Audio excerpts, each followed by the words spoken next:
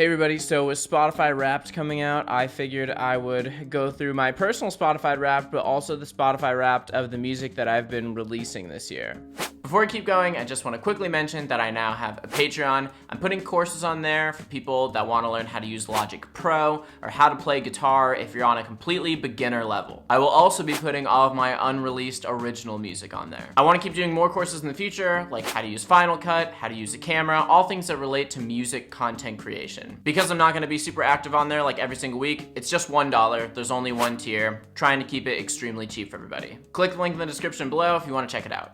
Let's start with my personal Spotify. My Spotify Wrapped personally is just a lot of me teaching music to students. So it's probably not going to be as interesting as we think, but there will still be hopefully some good insights as to what I've actually been listening to this year. Who's ready for Spotify Wrapped? I am. You listened for 13,248 minutes this year, pitching top 27%. I feel like most people would think that like because I'm a musician, I would listen to music a lot, but like when I get into my car, most of the time I'm listening to like YouTube videos or podcasts or something, or if anything, most of the time I'm listening to music on Dropbox because that's where my projects end up living before they get released on Spotify. Like I see people who have 190 million minutes and I'm like, I don't even understand how you can listen to music that much, but maybe it's because they're like, a lot of people have written us saying like, I'm at work and I listen to your music and it's just like on in the background. So I guess that kind of makes sense, but I feel like a lot of people are surprised to find out that like I don't listen to as much music recreationally as you might think. Your top song was Welcome to Paradise by Green Day. You're in the top 0.05% of listeners. I taught that song to a student at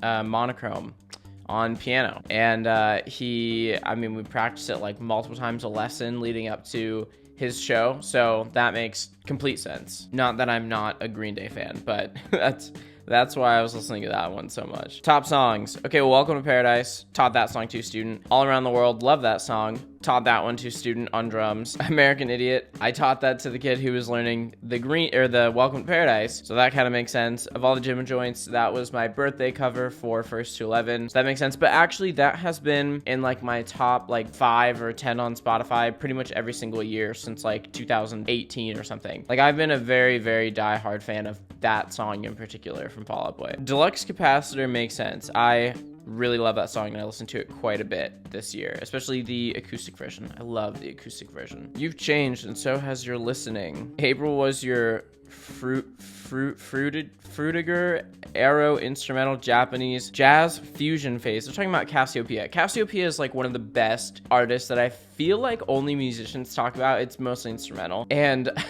it's like the Mario Kart music is like the way that everybody describes it. Cassiopeia, I guess I don't know what the first like 8 words in this mean, but they are like a Japanese jazz fusion band. They are so good. They're one of like the tightest bands I've ever heard. Definitely go do yourself a favor and listen to Cassiopeia. I would tell you what the names of the songs are, but on Spotify, it's the actual Japanese names of them. I think on Apple Music, they translate them, but I have no idea what the actual names of the songs are. September was your mall goth rockish emo. Fall Out Boy, Pierce the Veil, Panic Disco. Some just doesn't change, I guess. Yeah, I mean, that all makes sense. It's probably like 1 or 2. Actually, you know what record I got really into this year was Save Rock and Roll from Fall Out Boy, and I never really appreciated that record, but now I do. It used to almost exclusively be I would listen to From Under the Cork Tree, and now my Fall Out Boy taste is widening. Pierce the Veil makes sense. Their new record was great, but they're just such a solid band. Panic the Disco also makes sense. October was your Pink Pilates Princess Strut Pop month. Charlie XX, the new record, Brat, it's unbelievable. It's so good. Like, she's one of those artists that makes me really scared and insecure about myself. Taylor Swift, I feel like I just did some Taylor Swift covers this year, and I really kind of got into her in some ways. Miley Cyrus, not so sure what that's about. First 11 was your top artist this year. Top 4% fan, 345 minutes listening. Probably not such a strong stat compared to some people that are watching this video, but yeah, makes sense. I mean, like learning songs, self-indulging in my own incredible covers that I've done, obviously, and getting ready for shows all makes sense. Oh my gosh, what's Pat Monahan doing on my screen? Yeah, I listened to a lot of Train this year. I know we've probably said this a million times. It sounds like I'm annoying and beating it at a horse at this point, but Yeah, Train, the guys are from Erie. One of the guys is now my exterminator, who I guess used to be in Train. Pat Monahan was our next door neighbor growing up, which was cool. Like, we went to school with his kids and stuff, which was pretty cool. I've still actually write a little bit with one of them, which is kind of fun, but I haven't seen Pat in like forever. Thanks for coming along for the ride. Thank you, Spotify. It's been a great year. So top songs: Hey Soul Sister, Skeleton, such a good song. Yeah, all makes sense. Okay, so that's kind of cool, but I want to show you guys what Spotify for artists looks like. So this is just like the back end for people who are artists, and they give you your stats. This is like where you see all the bands posting their raps and their viewer statistics. Let's start with maybe the smallest artists. I requested to have my Sam Gilman songs, like my Sam Gilman covers, my stats for that, but they have not arrived yet. It takes a few days, so we're gonna go with the next biggest artist I've ever been a part of, obviously, British Racing Green. All right, feels good to be heard. 66 listeners, that's what I'm talking about. I already know like 40 of them too, and me and the guys were probably 4 more or 3 more. Look at that beautiful logo. 932 streams. We will break the 1,000 streams mark one day, I promise. That's 212,000 seconds. I'm just gonna say that that's how many streams we got, if anybody asks. British Racing Green was fun. I miss doing that. 15 countries. That actually is kind of impressive. Obviously the United Kingdom. Where else would British Racing Green be? That makes complete sense. They're mad for it over there. Miserable. You know what makes me so mad about this album cover? It had gotten compressed so much that color is actually not British Racing Green. I had to like go back and double check and make sure that all the other ones were actually the right color after that. Catastrophe, you know. All we got hundreds of emails saying your album cover background is not actually British Racing Green. We ran it through a hex code analyzer. Miserable. That song is so good. It's so hilarious thinking about when we filmed that video. You know what's funny? When we went to film that video, I mean, again, I know I'm speaking to like basically crickets right now, but anyway, if you ever watched British Racing Green, it's like the side project that I did with some of the guys in First to 11, which is like a much more popular YouTube channel than I'm a part of. But we went to film these videos at a car dealer because I know the guy who owns it, and he has like a whole warehouse full of like cool exotic cars, and I'm like showing up there, and we've done a million video shoots, but this is the first time we've done one for British Racing Green really like properly. And I was like, hey, where's your cool warehouse? And he was like, you're not getting in the warehouse. And I was like, excuse me? And he was like, no, I would never let somebody in the warehouse. And I was like, okay. And he was like, you can go in like our garage. And I was like, dude, the garage where you've like 2 old, like, you know, you have a 2018 TLX in there, like, this is gonna look cool. I want to, you know, play in front of your Ferraris. And he was like, no, you're not doing that. So maybe I don't know him that well. Your tracks were saved 48 times, 19 playlists. Tomorrow. That was a really fun one. That video looks so good. It was a nightmare to get done. Just so much re-recording and so much like so much, I don't know, so many. I think that was pretty sure that was the only BRG cover that I did not do. There was so much back and forth of like things not being right. That cover gives me a headache, but it was really fun. I liked it. Well, good for BRG. We got 0 people listening right now, but all in a good day's work. In all seriousness though, British Racing Green is totally meant to be for fun, just us goofing around and writing funny skits. I wish that we had more time to do it, but you know, I'm cool that we have anything that's out. And maybe one day one of those songs will go crazy in Korea or something, and it'll buy me a car. Let's move on to Concrete Castles. Concrete Castles obviously was less active this year. We had a few like remixes come out, but oh wait, what year did the last Concrete Castles album come out? Was that 2023? Yeah, Concrete Castles hasn't been super active, but hopefully that'll be changing soon. Okay, so let's do our Wrapped. Let's go. Feels good to be heard. 339,000 listeners for a band that doesn't put out much music. It's pretty good, and about 3 million streams. Gladly I'll take it, you know. Like, yeah, I'll take that for sure. Slightly more than British Racing Green. 171 countries. It's interesting that it seems to mostly go US, UK, Germany. I'm not surprised about Australia. A lot of people who work on our label are very kind of entangled or integrated with like Australian music networks and stuff, and I think that kind of makes sense. Not necessarily like they can immediately control where our, you know, viewership is or whatever, but like it just seems like they have a lot of knowledge about what kind of music people are interested in over there for some reason. After It All was top song. Yeah, that was a song that we did with John Gomez. I mean, John and Stephen Gomez, mostly John Gomez. I remember we were in LA. That was I think that was like an old idea that I had on my laptop, and I remember just like airdropped it to John, and then we finished it. There's here you guys can hear what the original version of that sounded like. I wonder if it's even called After It All. No, I doubt it. Concrete. Here's our Dropbox. Oh, maybe it was called, no. Wow, this is kind of weird. There used to be like a ton more folders in here. I feel like maybe, did we have to make space on our Dropbox or something? We used to have a folder that had like all of our old like writing demos and stuff. That's kind of weird. Anyway, maybe I can find that somewhere. I'm actually a little sad looking at that. I feel like, did somebody like remove some of our stuff from Dropbox? That's really weird. Anyway, there was a rock version of this song, and then it got turned into like a remix. Your tracks were saved 69,000 times. Added 27,000 playlists. Nice. Take it. I remember playlisting used to be like a really big thing whenever we release things. Like we'd always have to shout out like all the different people who were putting us on playlists. It was kind of cool. I always miss going on Adobe with Mike Fishkin. I love that guy. It was always fun to go on there and talk about like new music releases. So this is kind of cool. On Spotify for Artists, you can also see who is sharing your music and how. So direct link, text, Instagram. It's kind of cool. It's a nice little feature. Your most shared tracks were After It All, Running from the Daylight. That was a really fun one. I would love to go right with those guys again. That was Cam and Lucky. Sedated was another remix. Interesting that the remixes do so well. I guess I just wouldn't have necessarily thought that there was such an overlap with that, but like, let's just go do some more remixes, I guess. 14% new followers. Again, it's just interesting because we weren't active this year. You're a top 10 artist for 2.53 thousand fans. It's pretty cool. I mean, it's not like a tremendous amount, but it's still pretty cool. And we're the top artist for 159 fans. That is really cool. I'm actually very curious to see if anybody who watches this video is one of those people. But, you know, comment below. CC made it into your top. Okay, that's it for Concrete Castles. Yeah, again, for being pretty inactive, like, I don't know, or like because our bands don't release like albums every week, like First 11 releases singles, there's more staying power. It'll almost be more interesting to see what happens